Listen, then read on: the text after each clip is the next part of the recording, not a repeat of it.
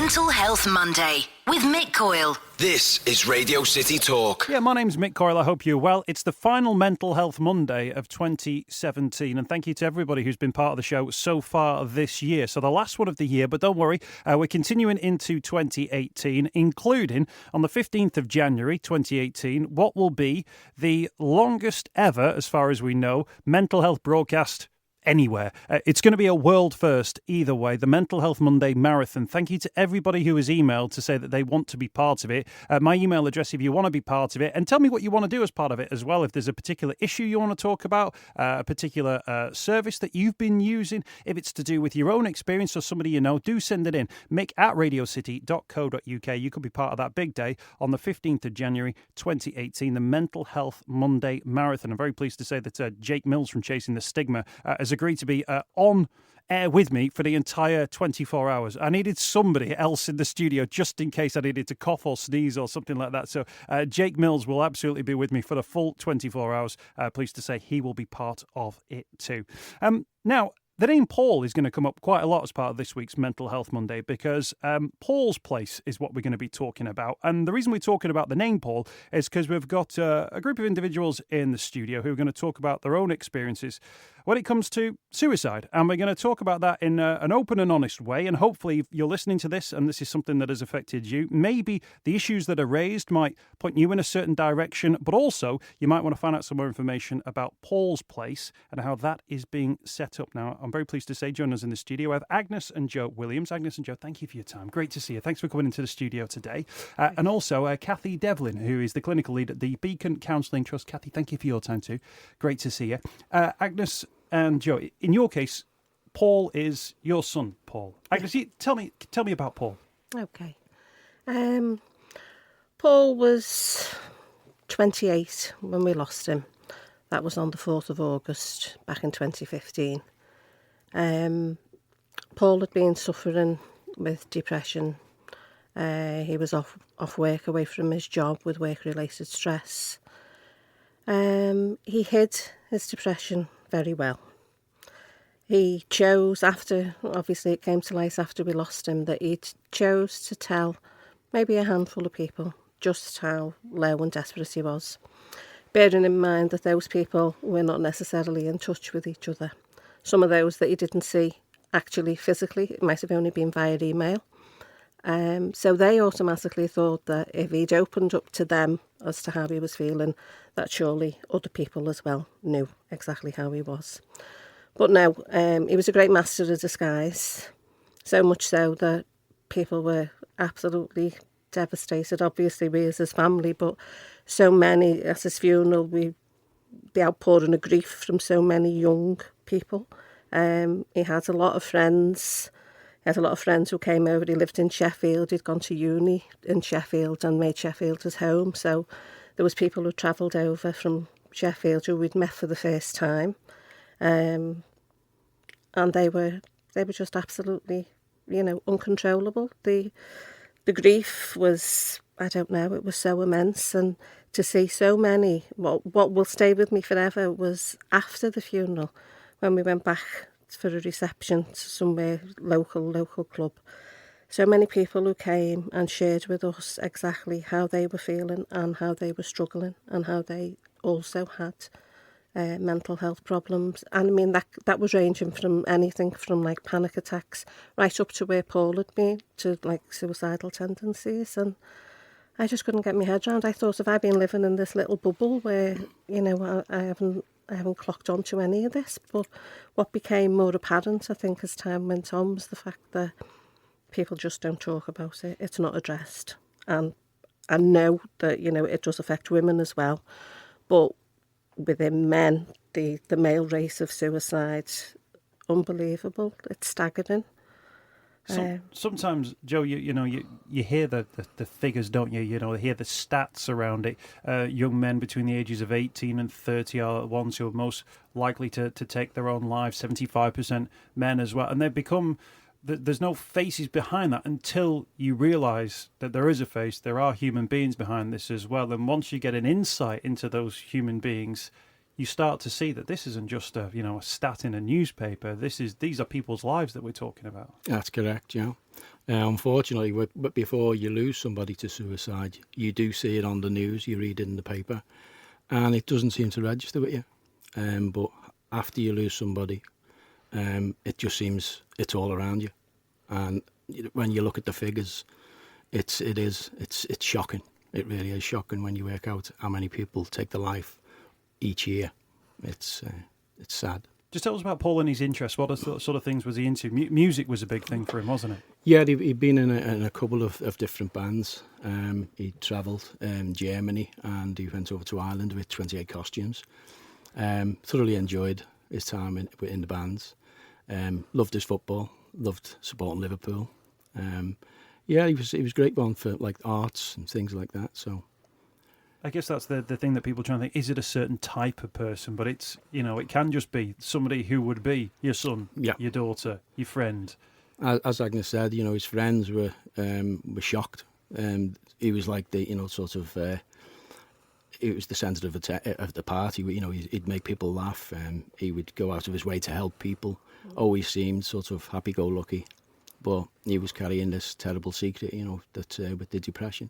I wonder, Agnes, and forgive me for asking this question, but you think, presumably as a parent, you think back and think, what did I miss? Was there something there? Were there moments where there was a cry for help and I didn't hear it? And you must have thought of moments many, many times over in your head. Yeah, and I think that's the difference, and that's the whole different thing about losing somebody to suicide is you carry on living your life with all those ifs and buts, maybes, what I should have done, why didn't I do this, I could have prevented that. At the end of the day, Paul was 28, he was a big, strong, 6'2" strapping lad. I did everything within my power when we had him home the weekend before he took his own life to sort of try and keep him. I said, things are not working out over in Sheffield. Why don't you just draw a line under it, Paul? Come home. And he said, no, Mum. He said, and he'd sat with us at the weekend. We sat around the dining room table, and he wasn't from us, it come from him. He had his little plan of action. He was joining the gym because he knew that if he exercised, that helped him. It helped him sort of with the depression side of things, and he'd contacted his tutor at university. He wanted to know how he could access going back to uni to do a PhD. He was making all the right sounds, and that he wanted to get his life back on track. And I do still firmly believe that is what he did want, but it's not probably politically correct to use the phrase a moment of madness, but I still am convinced that that's what it was with Paul. He'd sunk that low at that particular time that there was no other way, and he just wanted the pain that he was going through to end. And I still say I don't think he fully realised the impact of, and that's what happens unfortunately with suicide, of what's left behind. Just devastating. And I guess, Joe, that's the sign that he was in a dark place, that he wasn't able to comprehend obviously the impact of it all, or wasn't thinking along those lines as well. The last thing he would ever have wanted to do was to do anything that would hurt his own parents. But it gives you an insight into the illness, doesn't it? Yeah, as Agnes said, it's a case of that they don't want to die, but they just want the pain to stop. Yeah. And it is basically, I know it might sound crazy, but it's a physical pain that they're going through every day that they wake up. They just, it's just a dark day to them. And you get to a point where you don't want that to go on anymore. But I know for a fact he didn't want to die, but he wanted that pain to stop. I think most people listening to this couldn't even imagine that the sort of things that you guys have been through in the last sort of 2 or 3 years. Often when we talk about suicide with people who've experienced what you've experienced, they talk through the reaction as well. Now, you spoke really warmly about the way that people spoke at the funeral service and afterwards as well. As you sort of return to the community, Joe, and friends, neighbours, family members come around or disappear depending on how they're feeling, what was your experience of that? Mixed. You get people who are friends who, I won't say avoid you, but they don't know what to say is the problem. And they've said to me, I don't know what to say to you. And I've said, if I was in the same position as you, I wouldn't know what to say to you. And I understand that, because it is, it's very difficult to know what to say to someone who's lost somebody to suicide. So I understand that side of it. But yeah, you get different reactions. Within another group called SOBs, and we hear some stories there from different people who've had really terrible situations, what people have said to them. We've been lucky that, no one said anything sort of really bad to us. But you do, again, some people have this thought process that if somebody's taken their own life, or they must have been involved in something, they must have been in with crime or drugs or something. Well, it's wrong. It's totally wrong. The majority of people who take their own lives, they've been leading a normal life. They could be teachers, doctors, they could be just someone who sweeps the streets. It doesn't matter what walk of life. But doesn't necessarily mean that because you have took your own life that you were involved in anything at all. Agnes, you mentioned there SOBs, and I know we're going to talk about BCT as well, the Beacon Counselling Trust. At what point in the timeline did you think, on our own, this is going to be very difficult, if there is an organisation that we can speak to? Or did somebody come to you and say, just so you know, some of these organisations exist? Pretty much straight away. It was through our daughter Claire. She noticed, she couldn't help but notice she was living at home at the time, just how desperate her and her dad, and her, if she's truly honest, were, and how we were suffering. She'd gone on to the internet, pretty much like what I'd done with Paul, trying to find out services that could help. And she came across Beacon Counselling Trust, which is very local to us. And when I say very local, it is literally just around the corner.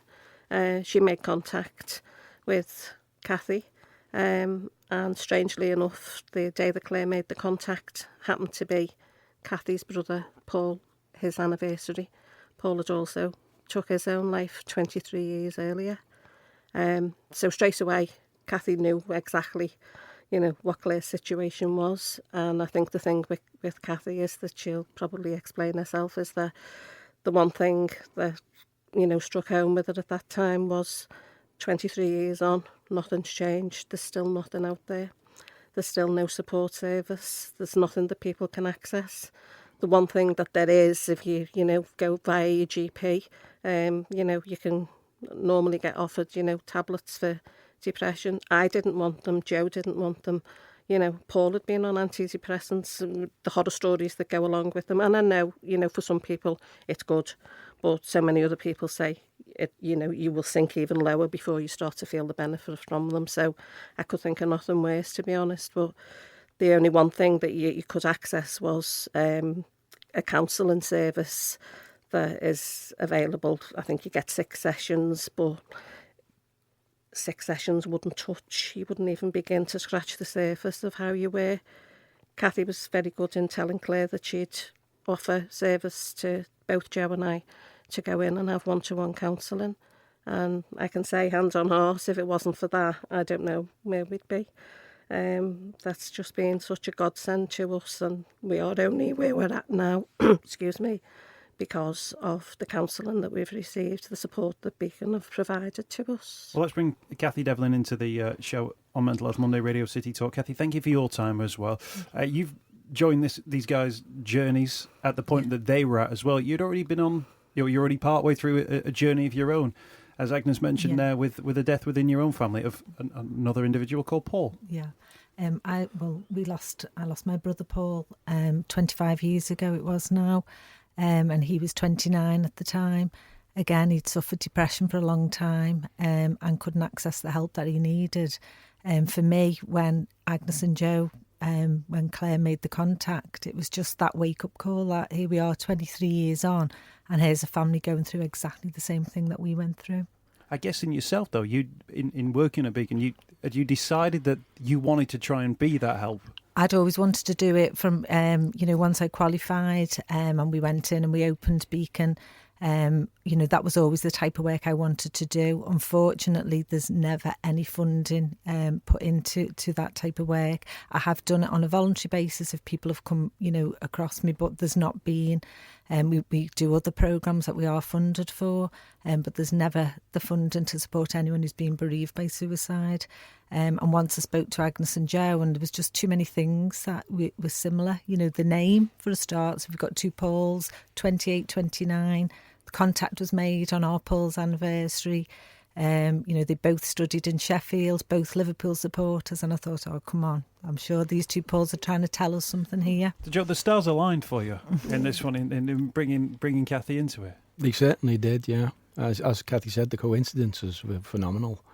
But when we got together, and you know, we were talking to Kathy, and she asked us, you know, about getting involved with Paul's Place, and we were delighted. We could see, we knew personally, you know, what help we'd had through Beacon, and we tell other people, you know, who've accessed other counselling services, and you know, basically, no, it's not for me.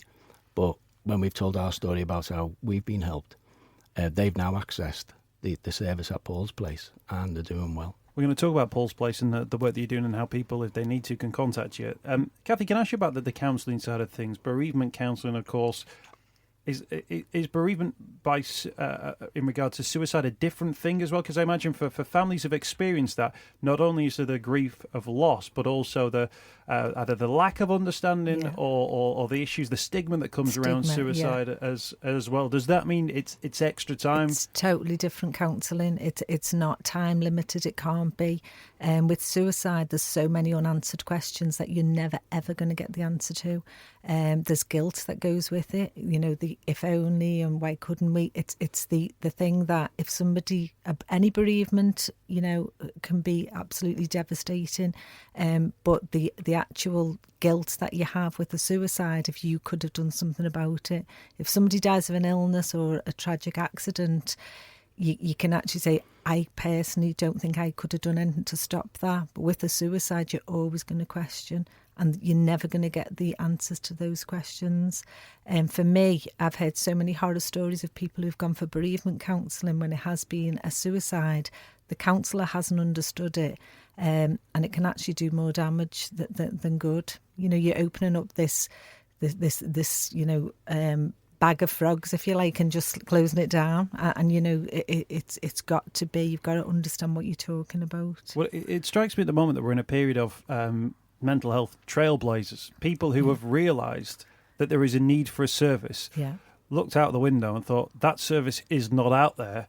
I need to be that service, or I need to be the person who points people in the right direction as well. I mentioned Jake Mills at the start, the Hub of Hope, for instance, where people can type in their own postcode and it brings up the local services that they have within the area as well. Agnes, you're going to be trailblazing on this one, but as Kathy says, funding's always an issue, and the availability as well. Do you feel like that what you're going to do through Paul's Place, what you're doing through Paul's Place, should just be a norm for people? That they should absolutely, you know, receive this no matter what. Yeah. I mean, at the end of the day, you know, no more than when Paul was with us, you know, he was suffering. He was ill, wasn't he? He was ill, mentally ill.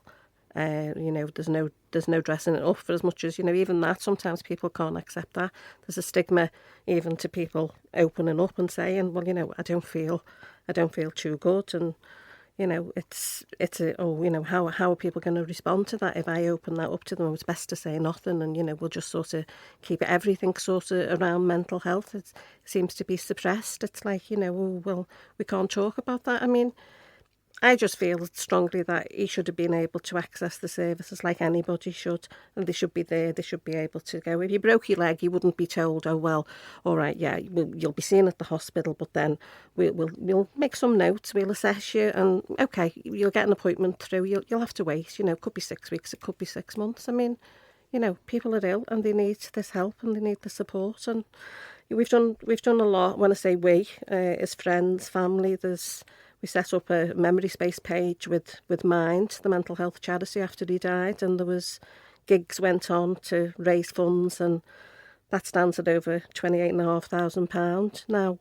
But we've moved on now, Joe and I, into helping funding people in our situation. Paul's memory space page will always be there, and people will always still do for that, and that's great because I still see the need for that to be done. But we're now focusing our energies and that into Paul's Place and trying to help people in this terrible situation, because we know there's nothing out there. There's no funding for anything.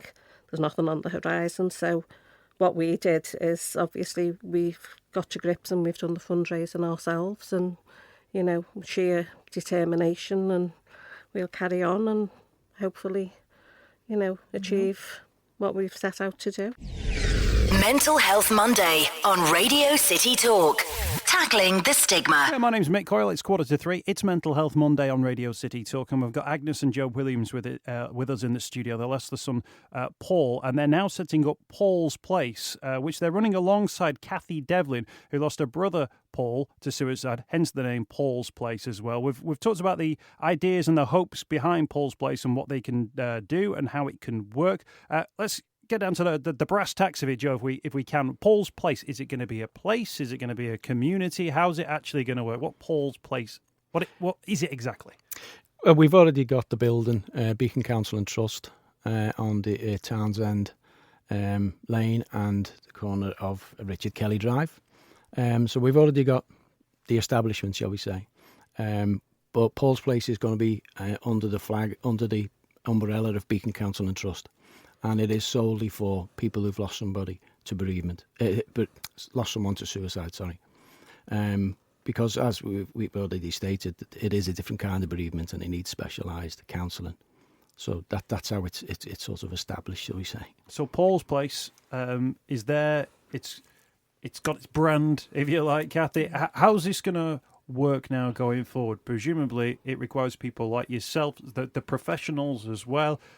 Yeah. And these things don't come cheap, do they, in terms of the human beings that you need in these buildings, the tea, the coffee, the lights and everything that comes with it as well. So he's funding the next issue for you. Funding's the next issue. You know, we've got a fantastic team of therapists there who, you know, are working with people now who've been bereaved by suicide.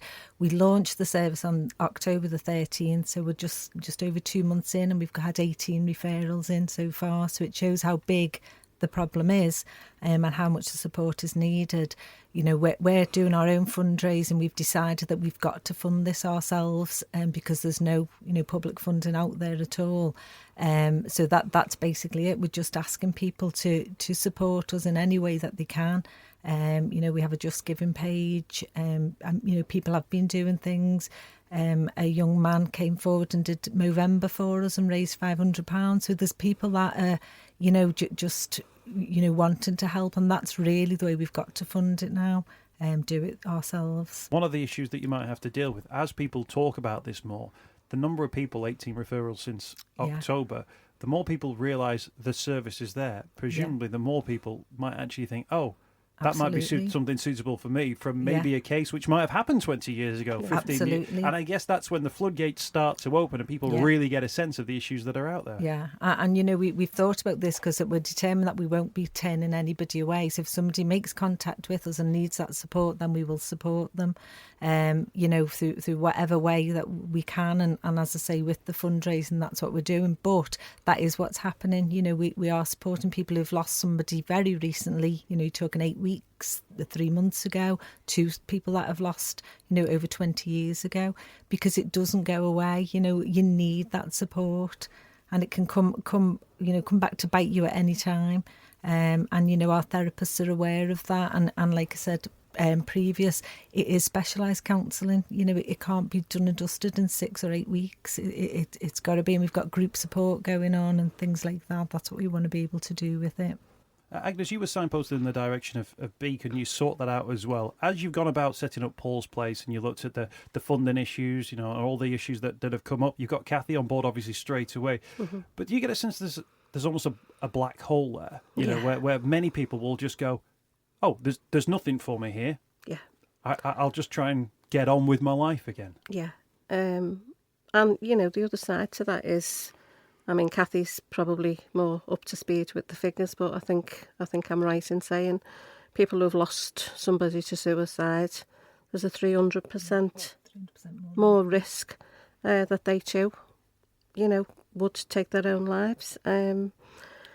So it's such a big thing, and it's trying to get the message out there to people that, yeah, you know, we too were in that situation prior to the 4th of August 2015 of seeing those statistics on the television, reading them in the newspaper and saying, oh yeah, that's horrendous, isn't it? But then it doesn't really affect me, does it? So you move on and you carry on with your life. But, you know, people's lives are just turned upside down when something like this happens to them. I mean, both Joe and I haven't been able to go back to work since it happened. You know, the whole effect of your life, you become a different person. I mean, you know, I've had friends say to me, you know, you're not the same person anymore. And that's not said in a derogatory way. That's said as, well, how could you be? Because you never will be again, you know.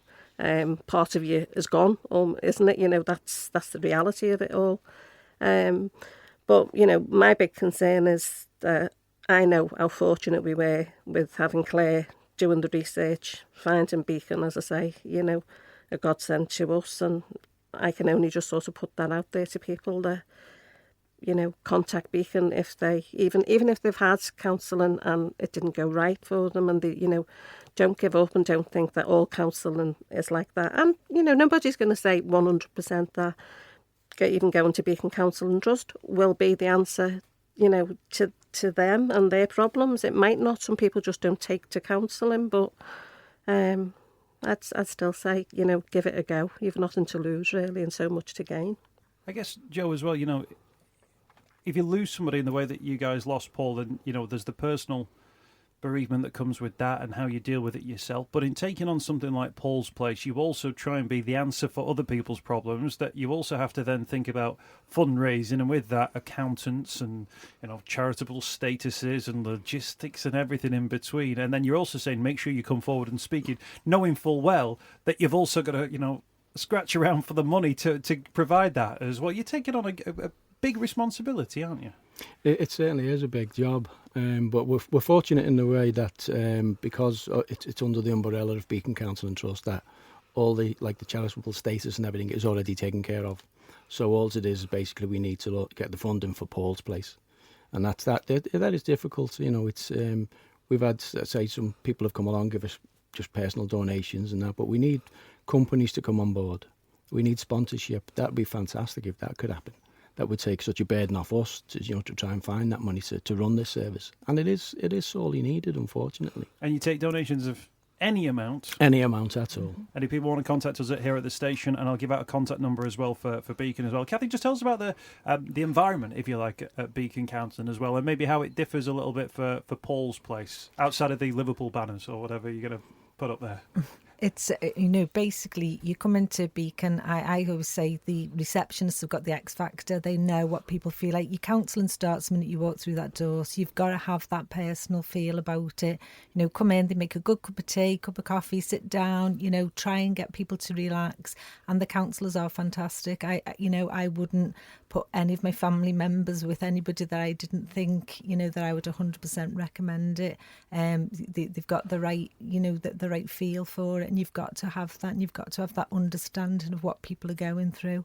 You know, it's the fact that, as I say, you walk through the door, you've got to be made to feel, you know, you're going to get the support here. But that's all part of the stigma thing, isn't it? Because, of course, if you think, I'm going to go into a building and say I require counselling, people instantly think it's going to be clinicians, men in white coats. Yeah. You know, the ideas of padded cells and things come into people's mind. That's absolutely not the environment. Any organisation we speak to that works in this field, it's more about scatter cushions than anything else. Yeah. About having, you know, the ability to sit down and talk to people and create that environment, have those conversations, and be a force for good.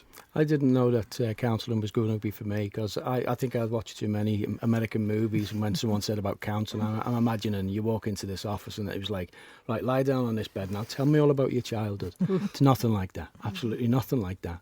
It's just one-to-one, and you just basically talk about what's happened. And you know, people have asked me, well, what does counselling do for you? And what I've said is basically, because if I'm having a bad day, I don't really want to talk to Agnes about it, because she might be okay. So I might bring her down. Again, you go out for a drink with your friends. You don't want to talk to them because they've come out for a drink and a laugh. You don't want to bring them down if you're feeling bad. So you keep it to yourself a lot. That's what people, you know, suffering from depression do. But you find that basically that counsellor saying to you, give it to me. Give it to me. I'll take that load off your shoulders. And you can tell them you know, the thoughts you've had, the feelings you've had and everything, and they take it all off your hands. I guess that's one of the things we talk about stigmas around mental health and suicide. I guess one of the stigmas around counselling is this idea that if you are going to counselling, it's because you're somehow failing. People will think of marriage counselling. Yeah. Our marriage is failing, therefore we need to seek counselling. But actually, we're talking about counselling as recovery. Yeah, aren't we? absolutely. As part of that process. Yeah. We've got to break down that. This is the big thing with mental health. It's breaking down that stigma. You know, we're back to basics. We've all got mental health. You know, it can be good, it can be bad. It's about looking after ourselves and self-care. So counselling, whatever way you look at it, I like the way Joe put that over. It's dumping what you're thinking onto that other person. So at least you can get rid of a little bit of that stress or let a little bit of it go, you know, and that's basically what it is. And I would just say to anybody, give it a go. You know, as I say, 18 referrals we've had in, they're all still with us at the moment. So, fantastic. You know. Agnes, where do you want to be with this in 3 years' time, do you think? If I'm asking you to gaze into the crystal ball a little bit, where do you hope to be with this? Well, I'd like to see, I know initially, obviously with setting it up, we had to have sort of an idea and what we were working to. And I think it was to help 40 people, 40 individuals to have, say, 20 sessions of one-to-one counselling. So that's the kind of fundraising figure that we were working at. However, as Kathy's already said, we're already up to 18 in just over 9 weeks. So, you know, it's going to be a much bigger job, I think, than, not that we ever thought, because I think we've always known it would be bigger than this. But I'd like to think that we are going to be eligible to get funding, a good amount of funding from somewhere. I don't know where, but and I'd like to think that, you know, as much as I'd like to think that it's a service that's not going to be needed, unfortunately, I do think it's going to, you know, it's on the increase. There's going to be more and more people, and I don't know, really. But it's one of them that nothing can be guaranteed more than the moment you receive your 40th referral. The 41st will arrive on email or by phone, presumably. Yeah. That's correct, yeah. In terms of that 3 year time frame, Joe, how do you see it? I would hope that we could get funding from maybe the NHS or something. Government funding would be fantastic. And for the service to go nationwide, because it's not a localised problem. It is throughout the nation, and these services are needed. You know, as we've already stated, you know, if you lose someone to suicide, you're more likely to take your own life as well, and it costs the government each year, each individual who takes their own life, it costs the government £1.7 million. So, economy-wise, it affects the economy as well. If people want to support Paul's Place, justgiving.com has got a Paul's Place page, and there's also a number as well that you can call 0151 226 0696. That's 0151 226 0696 if you want to find out some more information or donate to Paul's Place and do your bit for these guys as well, because it's a wonderful service that you're looking to offer, are already offering, and will continue to offer. Thank you for being so open and honest about both Pauls today. But you have to look for Paul's Place BCT. You have to look for. There we go. BCT. Yeah. There's another Paul's Place. Because there is other Paul's Places. See, this is the other thing. Trademarks and everything. They're not counselling services, but there is Beacon other Counselling Trust, that's the BCT, justgiving.com, Paul's Place BCT, and that number again, 0151 226 0696. Agnes, Joe, thank you for your time. Really appreciate you joining us on the programme. Kathy, thank you for your time too. Thank you. We really appreciate you sharing your stories here on Mental Health Monday. Radio City Talk. Tackling the stigma. And thanks for staying with the programme. It's Radio City Talk's Mental Health Monday. Thanks for downloading the podcast and for all your podcast support throughout the whole of 2017. Now, this next interview you won't have heard on the radio. It's only exclusive to the podcast. Ahead of the Being a Man Festival, which was taking place on London's South Bank, I was lucky enough to catch up with comedian Jack Rooke. Jack's a top man. He's had a BBC series called Happy Man. He's had a tour where he's talked about his own experiences and his own mental health, and he took his show Happy Hour to the Edinburgh Fringe last summer.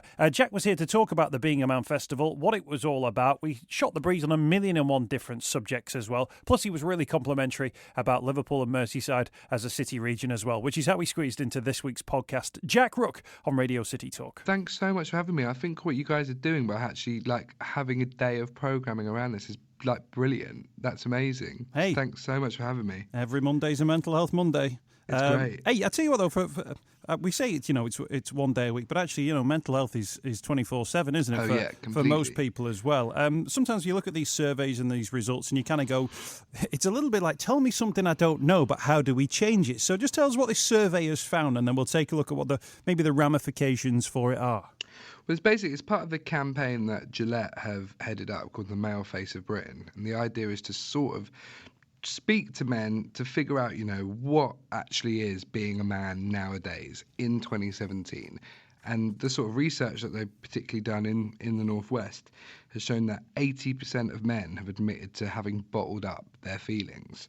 And I find that a sort of quite sort of strange statistic, but I also, as a man myself, understand that I probably have done that too. And I think it's really about trying to see the reasons why. So then within that survey, 57% of men say it's because of embarrassment and 34% say it's because they'd feel judged. And I think quite often we avoid doing things out of those sort of two principles, but I think more often than not, when you speak to another man or you speak to a mate, they've gone through similar experiences, even if they can't fully empathise. We've all had moments of stress. We've all had moments where we've been pushed to the brink. We've all had, many of us have gone through grief. Many of us have gone through those sort of obstacles in life that really affect your mental health and really shape your mood and your sort of ability to feel, like you've got good well-being. Yeah. And I think this is why it's a really important campaign, because what we're trying to do is actually reduce that embarrassment, reduce that fear of being judged, to get people to understand that you're not alone. So many people are sort of struggling, and in particular, this seems to be a thing that's affecting men. So I particularly think that Merseyside is such a, is a really important place when you look at the history of male mental health. So CALM, who are a charity that I am an ambassador for, which stands for the Campaign Against Living Miserably, was born in Merseyside as a sort of Department of Health initiative. That's where it came from, because unfortunately the male suicide rate in Merseyside in the 90s and early noughties was so high, and they were trying to really tackle it. And from that has become this campaign that is now, a nationwide, incredible initiative to get men to talk and to get men to open up. And that's sort of born from Merseyside, which is amazing that you guys are sort of doing this Mental Health Monday thing, because I do think there's something about that sort of area that people are very honest and they are very frank and they are very open, but it's whether or not we are doing that as a society to sort of benefit ourselves and to be honest and true to how we're feeling. No, absolutely. And I think, the My Media Awards, when we were down there, we were down there as Mental Health Monday. Hollyoaks, which is based in the city, they were nominated. They won an award. Yeah. They're based in Liverpool. Luciana Berger, one of the most prominent MPs talking about mental health. She's an MP for the city of Liverpool. We were down there with Jake Mills from Chasing the Stigma and the Hub of Hope. That's a new organisation coming out of Liverpool. You mentioned CALM there, coming out of Liverpool as well. It's a great area.